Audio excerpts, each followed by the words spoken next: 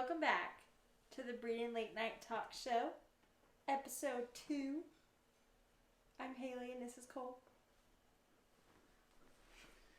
Today we wanted to kind of dive into our experience of the Bassmaster High School Combine and kind of talk about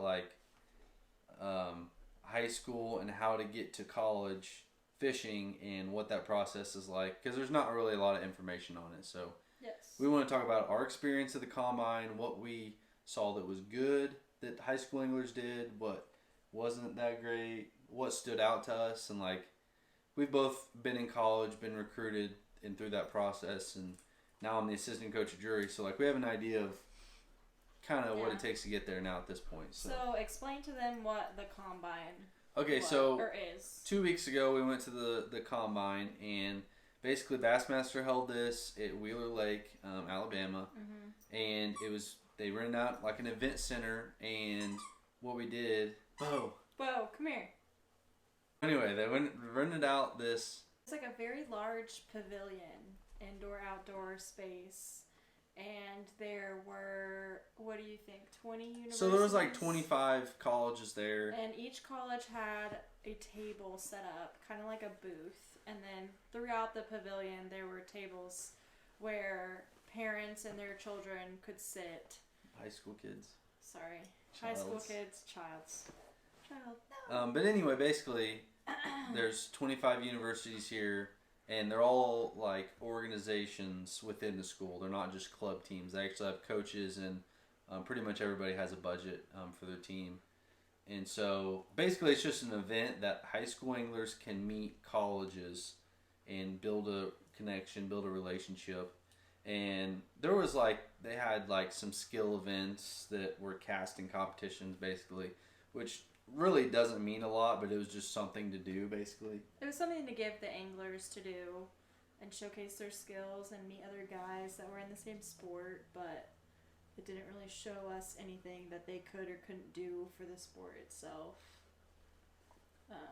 The most important thing that we kind of had was there were scheduled times where the anglers and their parents could come and talk to us, each school, and they could ask questions about us, we could ask questions about them, and it was just a good time to connect. And we kind of got a review sheet of the anglers and where they're from and what their skills are and stuff like that. So yeah, and we got to talk to each angler and whoever was with them, so usually their parents or a parent, for about 15 minutes. How many people do you think we talked to? How many groups? 10 different meetings probably. I think it was more than that. Maybe. But we met with a lot of people. It was about 4 hours long. We had 4 people per hour, so that's let's just say we met with about 15 families. So anyway, kind of leading up to this, we want to talk about obviously what was good there, but also how do you don't have to go to this event by any means to meet coaches or go to college to fish. This is just kind of a supplement event that Bassmaster kind of puts on. And so we want to talk about when do you start, where do you even start when you're looking at schools and how to contact coaches. Pointers for going through recruitment. And even though I didn't go through bass fishing recruitment, I was recruited myself for running. So maybe I can be of some help. Yeah. So I didn't start looking into college fishing. I knew it was there, but I didn't seriously start looking into it my senior year of high school. And luckily I reached out to jury, and Rick Emmett, the coach, got back to me quick. I loved Rick, I loved the school, and it was an easy decision for me. I made it quick. But that's not the case now. It's a lot harder because there's a lot more schools that are involved. Fishing has completely changed in the past 5 years, college fishing-wise. It's really grown.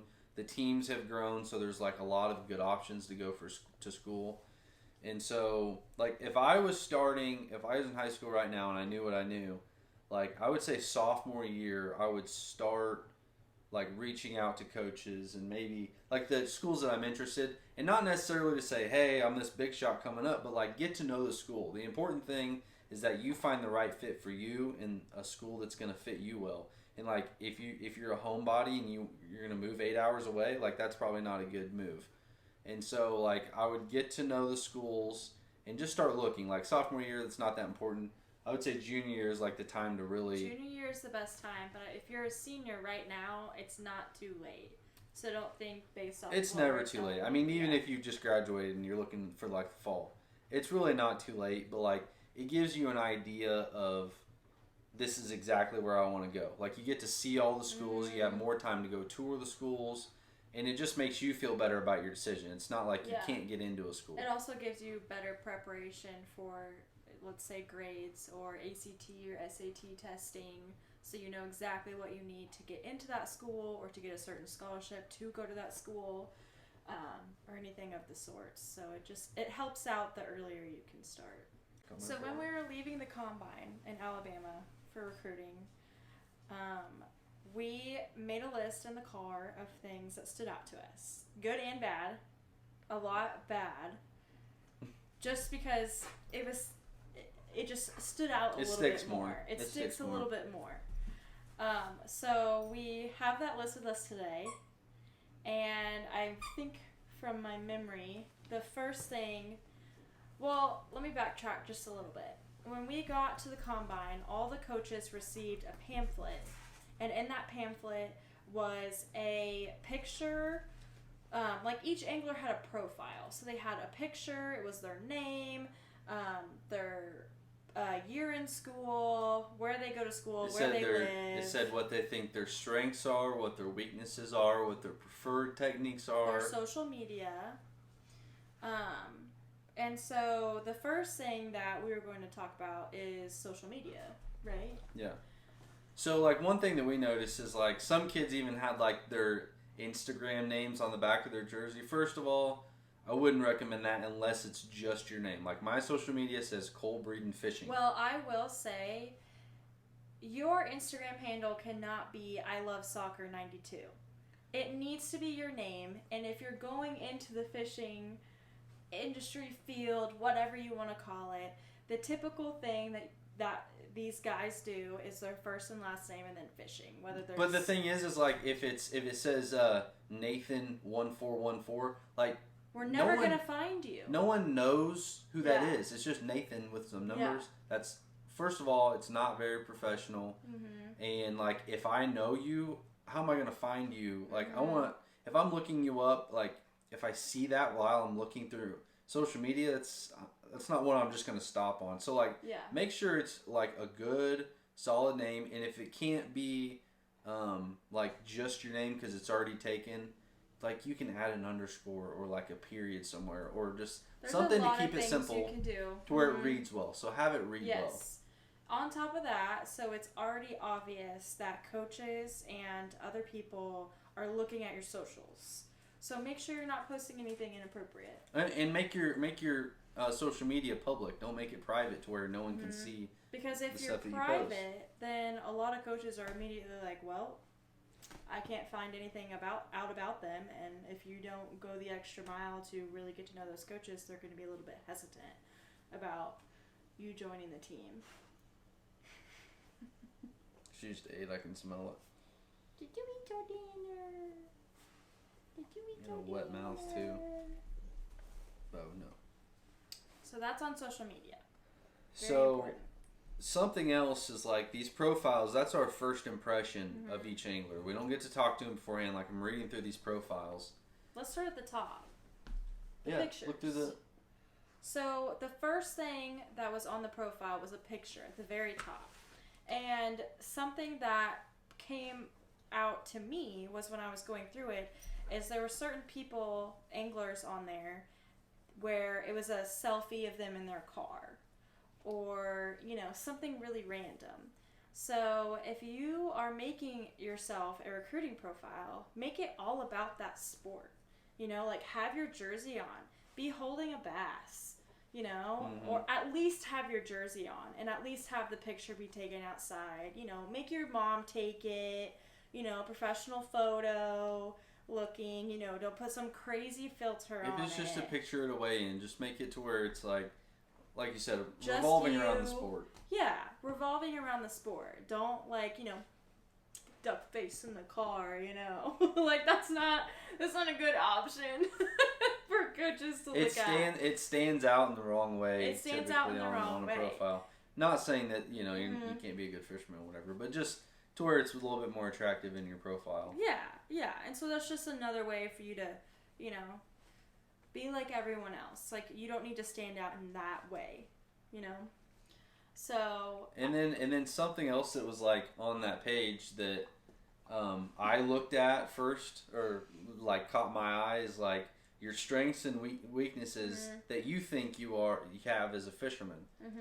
And I'll just say this, I don't mean to call anybody out, but there was like 3 people in this profile pamphlet that said that they didn't have any weaknesses. Don't say that.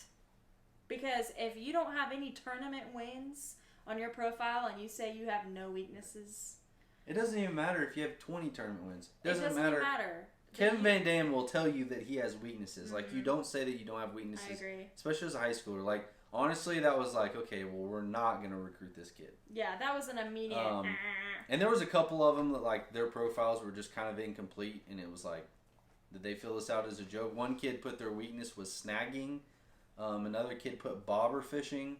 Like if you really want to go to college, which I would assume that you want to be a good fisherman, you want to maybe fish professionally, maybe work in the fishing industry, and at the least you want to do the best that you can. Don't put that kind of stuff. Yes. So. And you know yourself. Just be honest, because a coach is going to want to make you better. So if you do have a very specific weakness, that coach is going to do their best to make sure you can get better at it too. So be honest. Yeah. Ooh, something we need to talk about as well that goes into recruitment is grades in school. I mean, you're saying that like, yeah, obviously. Well, yeah, I mean, I would say like if there's one thing that would, like if I did the recruiting, I'm just the assistant coach, so I don't necessarily do the recruiting Rick does. But if I did recruiting, that's one of the first things that matters the most is like your grades. Like, can you stay on my team? If I get you on my team in college, are you going to be able to make grades and stay on the team and be able to fish? Like, it would make me mad to get someone on the team and then they flunk out or their grades are too low to where they can't even fish the next semester. I'm just wasting money on you at that point.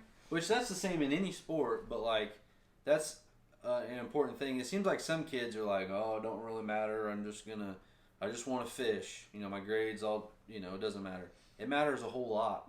And like if you want any chance to be able to fish professionally, like you have to fish in college and get that level.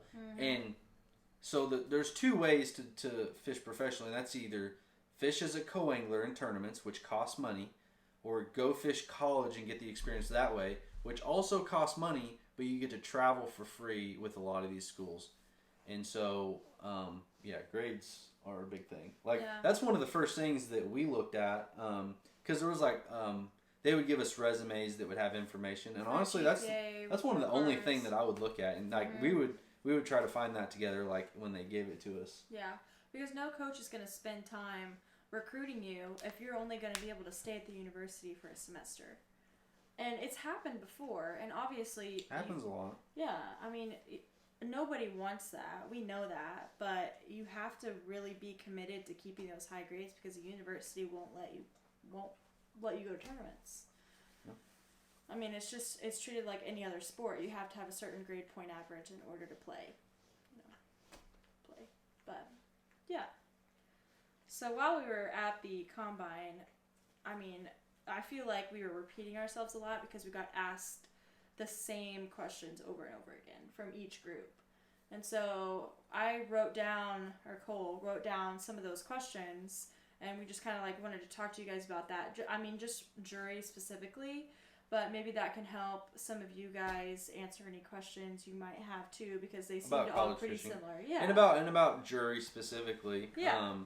But like, so these kids would come and talk to us, and something else that like really mattered to us right behind grades was, do you have the passion for fishing, and do you care about coming to fish on the team. Like there'd be some people that we talked to that they would just sit there and their parents would ask some questions, and I would be like, this kid doesn't really care about the school. He doesn't care to fish in college. He doesn't really care that much about fishing.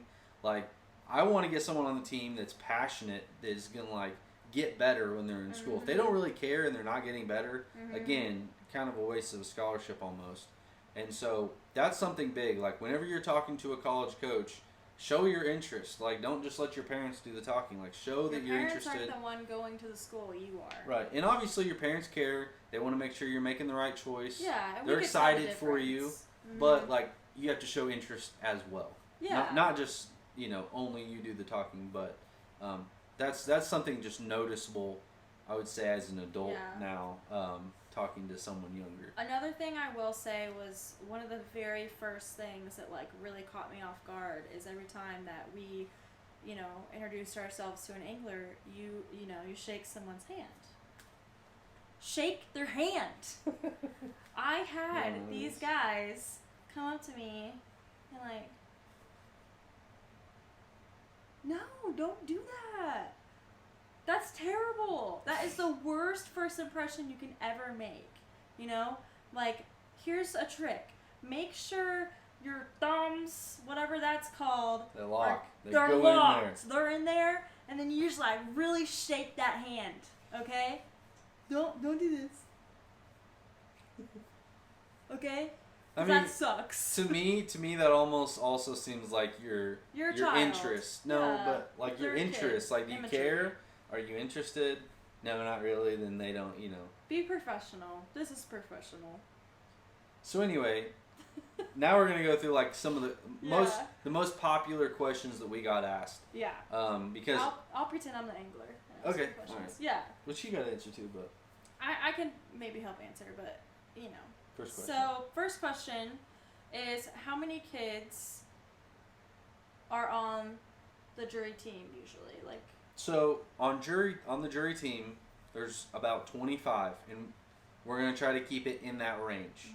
Like too many, some schools have 60, 100 anglers, and that's too many. Like your budget doesn't allow for that, and so at jury we try to keep it 25, definitely not over 30, because then there's too many people for us to be able to afford to send people to tournaments.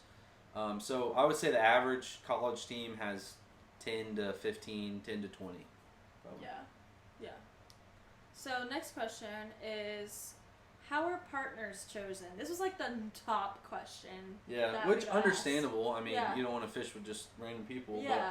But, out of 5 years that I've been able to see this now, everyone wants to know how it's chosen, to be partners with somebody. But typically 90% of the time what happens is the freshmen, they live together, they hang out, they become friends before the first tournament. And so they already decide who they want to fish with. Like, they become buddies and they're like, hey, we should fish together. Okay. Yeah. And so that's not always the case, but like that happens a lot. And so like at jury, Rick's is just like, yeah, sure, like fish together, and then we'll reevaluate after the tournament. And so really it's just kind of a constantly changing thing after that. Like, hey, we fished together really well, we'd like to stay together. No problem. Hey, we didn't, fish that great together, maybe we should try switching. And we'll switch it around. And typically, like what we try to do is match fishermen that have similar styles, because we don't want to have a shallow fisherman and a deep fisherman together in the boat and them argue all day. Like, we want two people that have the same ideas so that they get along and try to make decisions and, like fish together well. Yeah. Yeah. So another question that got asked was, does jury provide storage units? No. Jury does not provide storage units, no. But in Springfield, it's There's 175,000 people. There's storage units everywhere. Yeah. Nice ones. I really like the one that Cole's boat is at. I've kept mine in the same one for the past 5 years. Yeah. Just because it's gated, it's nice. Some schools like have room to put storage facilities on campus, but like jury's in the middle of Springfield and there's no room for any of that kind of stuff. So yeah. Are expenses paid? So whenever jury sends teams to a tournament, 100% of expenses are paid. Boat gas, truck gas, food, hotel, entry fees, lodging, fishing license, all that kind of stuff. But not everyone goes to every tournament because, first of all, like we have to mix and match because a single person can't go to every single tournament that there is throughout the year. You can't miss that much class. Like you might have family stuff going on. You have a test you can't miss. And so it kind of changes. And so what we typically do is send anywhere from like 4 to 6 boats to the big tournaments, and then the closer tournaments we'll actually send everybody usually, and then expenses covered for most of that. So I know a lot of schools they might do you can go if you want, and then we'll reimburse the top 2 or 4 anglers, or oh really? Yeah, or there's just different ways that teams do it. But like if we send you, we want to have all your expenses paid, and then if you want to go and pay your way, Coach Rick will usually like pitch in like the hotel or gas or food or one of those things. Yeah. So jury's pretty good, or Rick is pretty good. Rick fundraises a lot of money it's not throughout jury, the year, Rick. so Yeah. I mean he really does make it to where jury can go to all these tournaments. I mean if it wasn't for him, we wouldn't have enough money to do it. So Yeah. it's expensive to send 6 or 7 college boats to a tournament. No, Rick's pretty awesome. So I don't think you can get any better than that, honestly. So we talked about academics. Do professors work with anglers? So at jury, the professors and the university treat the fishing team like any other sport. So you get excused absences. The professors will work with you. I think we get like per semester we get 10 missed class days per class, which is quite a bit. And so they do work with us like other sports, but as a college student, you have to work with your professor. They're not going to like chase you around and try to give you the stuff that you missed out on. Like you have to actively, like before you leave, tell your teacher or professor, hey, I'm going to be gone. What do I need to do? What am I going to miss? And then when you get back, like, stay in touch with them and it'll be fine. Like I didn't have a problem, kept fine grades. But you just have to, keep up with your professor. Yeah. And you're probably going to be doing work while you're traveling. Yeah. It's not always crazy. Sometimes they'll move back due dates for you and stuff like that. But you definitely have to stay on it. Yeah. So.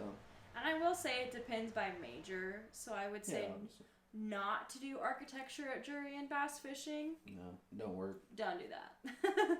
But most anglers at jury were in the marketing program, and I would say that was pretty successful. And business in general. Yeah. And we got asked questions about certain degrees at jury that are good and everything. And I will say our accounting program is pretty stellar. And highest paid major out of jury. Highest paid major out of jury is accounting. And so that's pretty cool. Yeah. But I would say, like, if you want to pick a major to keep yourself in the fishing industry or fish professionally, like, and this could be like working at any fishing company. That's what a lot of people want to do. But marketing, management degrees typically also have a lot of the same classes as marketing or some sort of communications or media degree. They kind of like have a lot of the same skills where you're producing certain things and listening to a client, and you're still marketing is what that is. And so, a lot of business degrees work out well, but marketing is probably the number one for fishing. I would definitely say that. Yeah, for sure. And then as a college, what should anglers look for? I'm pretty sure we nailed all of that. Yeah. Like what do we look for as coaches? Oh, that's what that question was? Yeah. Oh. So, we talked about that. Like, grades, passion for the sport. Like, you don't have to be the best tournament angler in high school. Yeah. I was not the best tournament angler in high school. But I had the passion. But he's a national champion in college. But, like, I had the passion for it and really wanted to do well, so I studied for tournaments. I did everything that I could, and I got better over time. Like going to these college tournaments, you get to learn so much. So like learning is a super huge thing. I mean, most like if you look at the college bracket, because that actually just ended, but most of the guys that win that are fifth-year seniors. You know, like they have that extra experience to get to that point, and so like every single year. I mean, even from my last year of college to now, because I just graduated last year. It's crazy how much you can grow how much improvement every single year. So like learning and being passionate is what I would want to look for in a high school angler for sure. Yeah, and I mean, you know, I don't know a whole lot about bass fishing compared to my partner here, but I've seen the improvement that he's made over the years. Like it's crazy. I mean, the first thing I think about is Florida and how much you've improved in Florida over the years compared to your freshman year of college to now. Like it's insane. Yeah. Yeah. Yeah. It's hard. Like the state of Florida used to be your weakness, and now I think you're fine. Well, for a tournament, we'll see how it continues in the future. I will say the next step in anything really to show coaches that you're being serious is to do a college visit. And what I would do is schedule it through the university and then let that coach know that you're coming. And they will plan to meet with you. That's usually what happens. At jury, what they'll do is they'll have a student take you around campus, give you an official tour of campus, and then Rick will have a personal meeting with you, or Cole even, and talk to you more about bass fishing in general. But showing the coach that you're willing to come to the university and meet them in person and tour the school and apply to the school, those are all really, really important. So yeah, so I mean, like if you're serious about any school anywhere, that's kind of like a big thing to do is just go see it. And I would say most of these college coaches like aren't gonna chase you down necessarily to get you to come on a visit or something. Like they want to see the passion that you have. Yeah. And obviously, like if you're a good angler, like you know people are gonna show interest in you. But a lot of high school anglers don't have like you know a ton to show for necessarily, or maybe even there's just not a lot of tournaments in your state or around you. So like you know you have to get yourself in front of them and like you know let them see who you are really. So going to the school is big for that, and just meeting with coaches. Yeah. So. Yeah. Yeah, I mean that's kind of like the what I would do. I mean, and like a lot of the time, if you go to a school's website, you can find the college coach's email and phone number. So like Jury, they have a sports page, and then they have a double NCA sports category, and like there's a bass fishing page in there where you can see, you know, our coach Rick. You can see his email, phone number, like get a hold of him. He'd love to talk to anybody. Yeah. And I'm sure that a lot of these schools are like that. So like, first of all, like see the schools that you're interested in, get in contact with the coaches. And like I said, like see if it's a good fit for you. And then that's basically what I would do. Like going into, looking to get into college. And I think a lot of kids probably, I would say, aren't looking at the right things or, you know, like high school kids trying to get sponsorships. You don't need that. Trying to get boat wraps. Don't get one of those. Like the important thing is that you're getting better and that you're fishing. Like go fishing as much as possible. That's probably number one thing. And I know a lot of people have heard that. Like you guys know that. Because pros say it all the time. Like go get experience on the water and become a better angler, because that's really what's going to vault you in college fishing. It's not going to be, I got a sponsor for $500. Now what? You buy more baits with it? Like, seriously, like get to the point where you can go compete in BFLs, in Toyota Series events. Like you need that 2 or 3 years experience in high school. And some guys, some high school anglers are phenomenal and they can go compete in that stuff right now. But most people are not at that level. I was not at that level until my junior year, really. And like at that point, sure, find you some sponsors to pay for a Toyota Series or BFLs. But like spend that effort on becoming a better angler, like learning. networking with other anglers, and like networking with companies. Like I wouldn't seek a sponsorship. And the thing that I've learned about sponsorships in the past couple of years is it's about building relationships, and it takes time. It takes a lot of time. Like you don't just walk up to someone and say, "Hey, I would like a sponsorship." They're gonna be like, "Who are you?" And college gives you that time. That's where you're gonna meet a crap ton of people. Yeah. So I mean, one of the things I wish I would have done more is whenever I was like a freshman, sophomore, is just meet as many people as you can while you're at these tournaments. Like you see someone from Abu Garcia, you see someone from Daiwa or Minn Kota, or it doesn't matter who it is. People. Go talk to them. Yeah, Rapala. I mean, hey, my name's Haley. You know, that's all you need to say. They're gonna tell you about them. You know. Yeah, just walk up to them, introduce yourself. Say, you know, I love your company. Yeah. I would love if I had opportunity in the future to work with you guys. And they would say, oh yeah, that'd be awesome. And then 5 or 6 tournaments later, you see them again, and you have the same conversation. Yeah. And they'll remember you. And then like 2 or 3 years later, when you're a junior or senior in college, and like it's actually time to start moving up, like at that point you'll start to connect those relationships into maybe a sponsorship, or maybe even it starts with you get a little bit of free product from them, which that's what you're going to start with. That launches into something bigger further down the road. So like, you know, don't worry about all kinds of stuff that like high school kids shouldn't be worrying about, like trying to get money, like for no reason. So universities will provide you with what you need in order to fish. So go with that. Yeah. And that was all of our pointers. But hopefully that's helpful. Yeah, and if like anybody has any more questions, please like message me, comment, whatever. We'd be happy to answer more questions. We could do like a whole another one of these things. Yeah, honestly, if we get enough questions about it or whatever. Yeah, I mean, I would love to help, because I was in the position of I didn't know anything about college fishing. I didn't know how to go through recruitment as a high school student. I mean, my high school was very new, and I didn't have a whole lot of resources or know who to go to on how to go through that process. And I know that, you know, other sports, it's different. Bass fishing is still coming up, though. I mean, what I did is I made a profile on a recruiting website for universities. And so, you know, is that how you maybe got a lot in of the contacting? future, maybe in the future, you know, bass fishing will have something similar. They might already. Then they might already. I mean, we can look into it too. But yeah, I did the whole recruiting process pretty much by myself.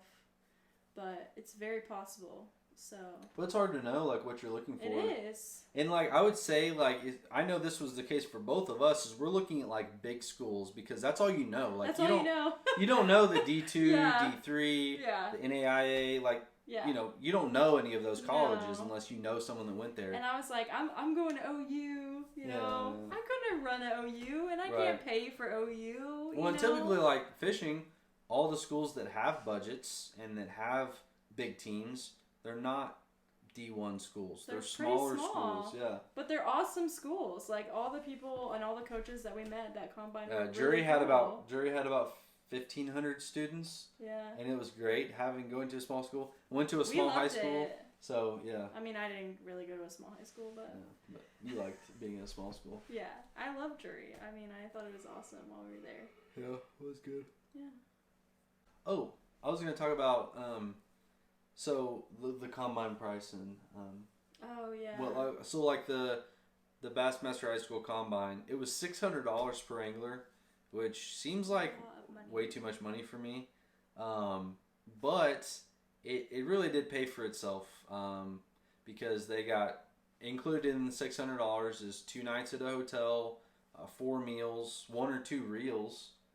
I think maybe 1 reel, and even just that by itself, something else. Even that by itself pays for it. Yeah. With having a $175 reel and a couple nights at a nice hotel.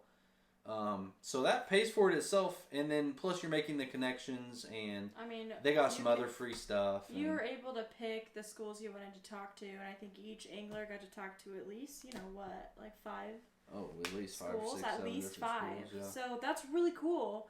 That gives you the opportunity to talk to 5 coaches in person. We can go over and talk to coaches after our scheduled meeting times too. It's not. There was a couple guys that came up to us, and thanked us for talking to him and stuff, which was really cool. And yeah, but I after adding up like what you get with it, it definitely was worth the money.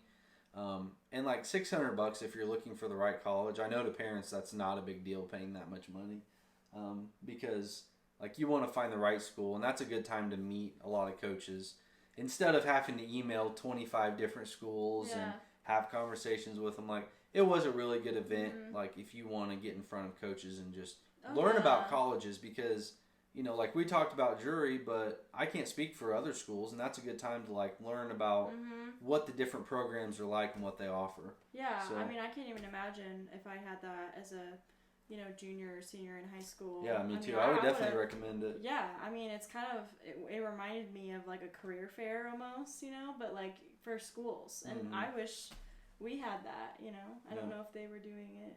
Career fair, yeah. Well, no, I don't know if they were doing the combine when you were a senior. No, so. I started when I was a junior, I think, in college.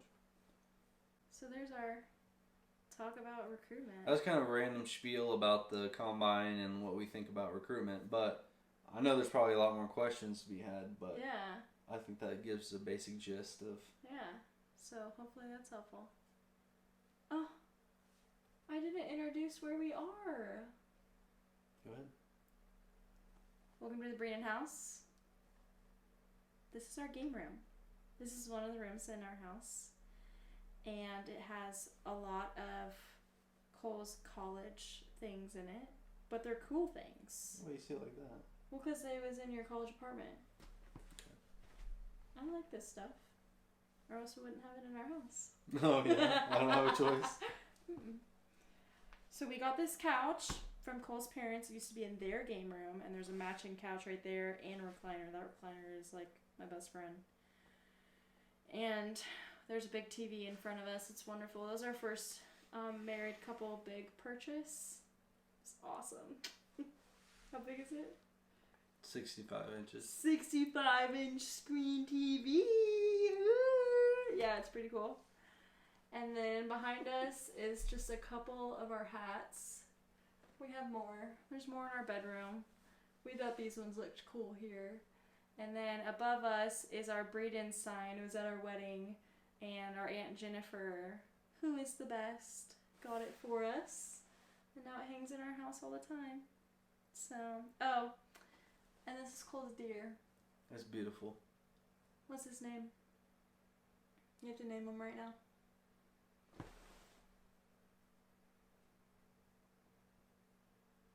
Bucky. Should we name him Bucky? Bucky? I kind of like it. You want to name that Doggy? Doggy. There's my doggy. Come here. Come say hi to everybody. Come here. Yeah, that's the doggy. Yeah. You want to say hi? No? He's a good boy. Alright, that's Bucky. That's our dear Bucky. Welcome to our game room. Can't wait to do more episodes and show you guys the rest of our house.